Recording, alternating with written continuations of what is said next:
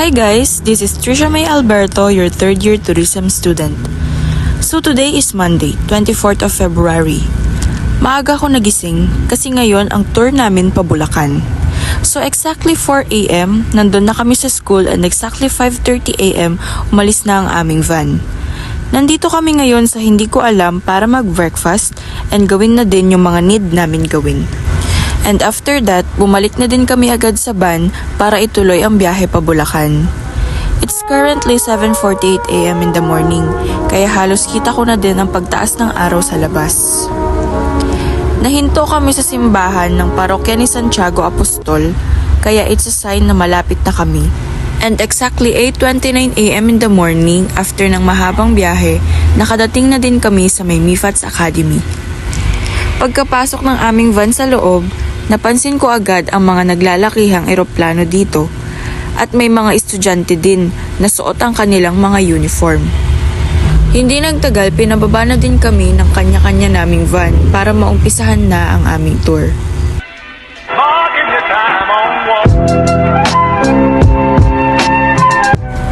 At una na nga naming pinuntahan ang DPR Aviation sa baba. Makikita mo dito ang mga iba't ibang eroplano at iba't ibang oras mula sa iba't ibang bansa.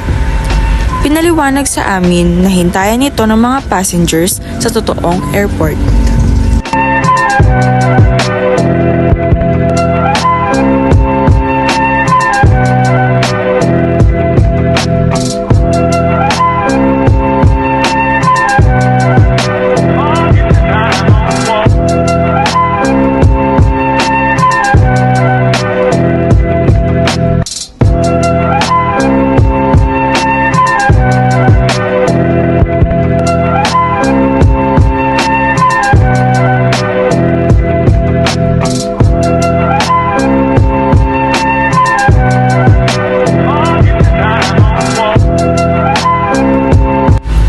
And after nga ng discussion at after naming magpicture, naghintay muna kami dito ng ilan pang mga minuto bago kami pumunta sa next tour namin.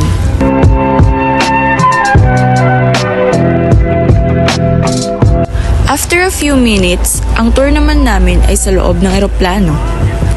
Sa loob ay makikita mo ang wine cellar at may mahaba ding upuan sa gitna. And inside the airplane, they also have a flat screen TV. After kami i-assist, nagkaroon lamang kami ng konting discussion at itinuro sa amin ang mga bagay na makikita namin sa loob ng eroplano. Kabilang na nga doon yung wine cellar, yung upuan at yung higaan. And after that, lumabas na din kami agad para naman makaproceed na yung next group sa amin. Medyo pagod na rin nga kami at saka gutom na kasi magto 12 PM na rin. So bumalik na rin kami sa kanya-kanya naming van and dito na kami dinala. Dito kasi kami magla-lunch.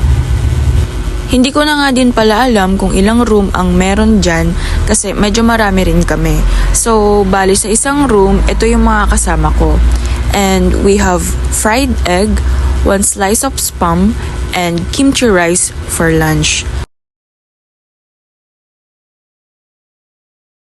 After that, pahinga lang saglit and proceed agad tayo sa next tour.